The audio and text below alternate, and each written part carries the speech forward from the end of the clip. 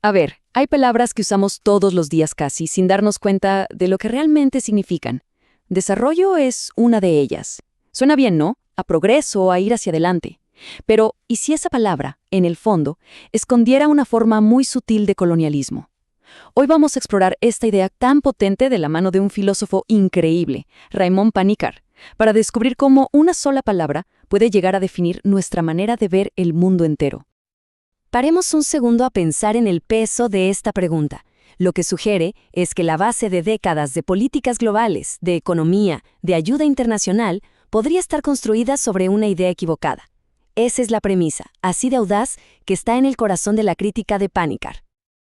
Para entender de dónde viene todo esto, hay que ver cómo ha ido cambiando el lenguaje oficial. Panikkar señala algo muy interesante. En la jerga de organizaciones como la ONU, se pasó de hablar de países subdesarrollados a países en vías de desarrollo. Parece un cambio pequeño, ¿verdad? Pero esconde algo crucial. De repente, ya no se podía estar subdesarrollado y contento. El nuevo término te pone, sí o sí, en un camino forzoso. Una única dirección que todos supuestamente deben seguir.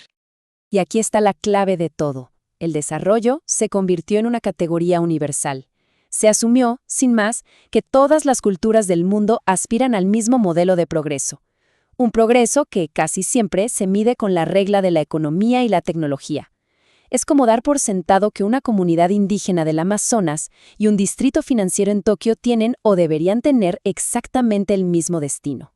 Y bueno, con esto ya estamos entrando de lleno en el núcleo del argumento de Raymond Panikkar. Para él, esta universalización de ciertas palabras, de ciertas formas de pensar, es una especie de imperialismo cultural. Uno mucho más sutil y difícil de ver que una ocupación militar, pero igual de poderoso. Para que esto se entienda a la perfección, Panikkar usa una analogía brillante.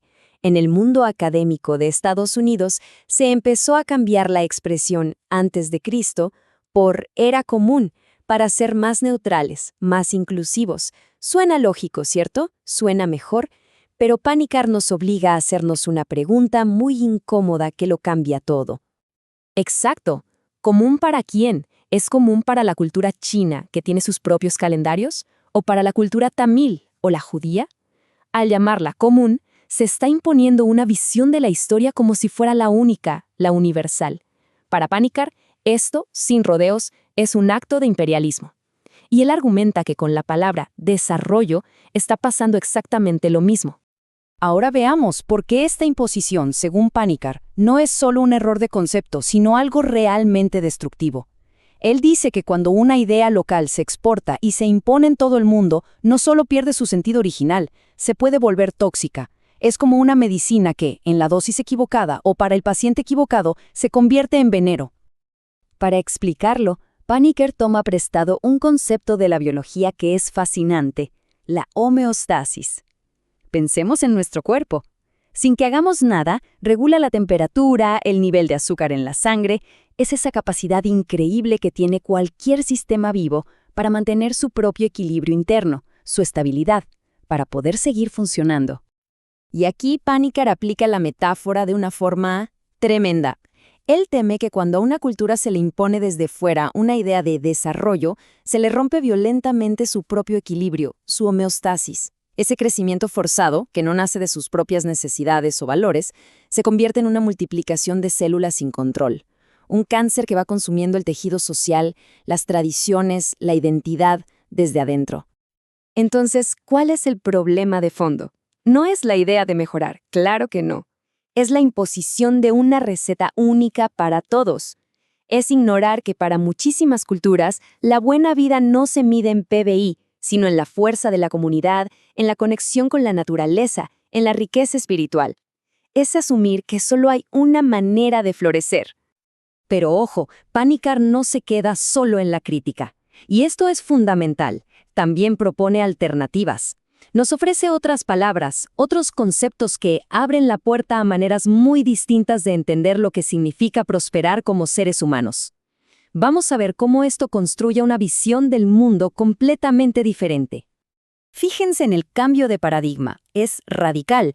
Frente al desarrollo lineal y material, Panikkar pone sobre la mesa palabras como despertar, profundización o realización. Y atención, no son simples sinónimos, son universos de significado totalmente distintos. Con esto dejamos de pensar en una carrera en la que unos van adelante y otros atrás, y empezamos a pensar en viajes diferentes, únicos y valiosos por sí mismos.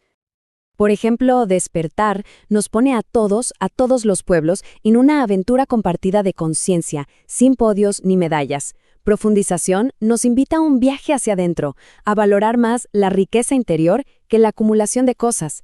Y realización nos conecta con la sabiduría de miles de tradiciones que entienden la plenitud de una forma mucho más completa, mucho más espiritual y no solo económica.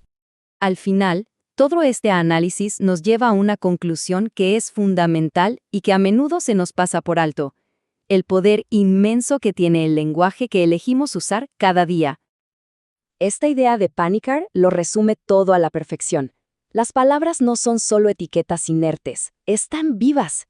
No son cajas vacías donde metemos ideas, sino que vienen cargadas de historia, de supuestos culturales, de visiones enteras del mundo. Y así van moldeando nuestra realidad de formas tan profundas que ni siquiera nos damos cuenta. Y así, este recorrido por el pensamiento de Panikkar nos deja con una tarea. Porque si una palabra que suena tan bien como desarrollo puede ocultar una forma de imperialismo, ¿qué otras palabras que usamos sin pensar, éxito, progreso, normalidad, incluso eficiencia o riqueza, podrían estar limitando nuestra forma de ver el mundo, de valorar otras culturas o incluso de valorarnos?